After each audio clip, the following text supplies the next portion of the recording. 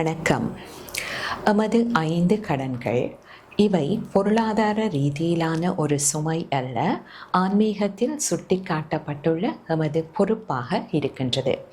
எமது இந்த பிரபஞ்சத்திலான வாழ்க்கையில் நாம் பெற்றுக்கொண்ட விடயங்கள் ஏராளமாக இருக்கின்றது. ஆகவே அவற்றை திருப்பி செலுத்த வேண்டியது எமது தார்மீக பொறுப்பாக இருக்கின்றது. சாஸ்திரங்கள் இவற்றை 5 கடன்களாக சுட்டிக்காட்டுகின்றது. 1. பித்ருரிணம். இது நாம் எமது பெற்றோருக்கும் மூதாதையருக்கும் செய்ய வேண்டியது. குடும்பத்தை பராமரித்தல், விழுமியங்களை கடைப்பிடித்தல், சம்பிரதாயங்களை பின்பற்றுதல் மூலம் இதனை நாம் திருப்பிச் செலுத்த முடியும். 2. ரிஷி ரிணம். நாம் அறிவு ஆற்றலோடு இருப்பதற்காக மீண்டும் நாம் செலுத்த வேண்டியது.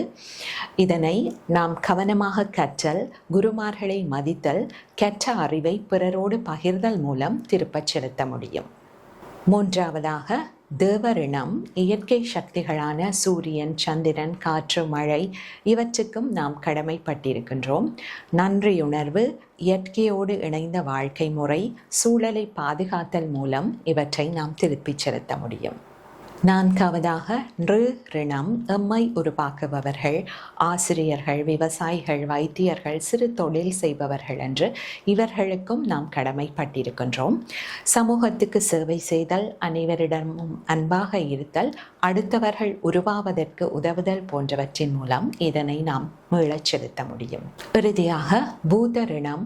எம்மோடு இருக்கின்ற ஏனைய ஜீவராசிகளை பராமரித்தல், அன்போடு இருத்தல், அஹிம்சையை கடைபிடித்தல் மூலம் இதனை நாம் திருப்பச் செலுத்த முடியும்.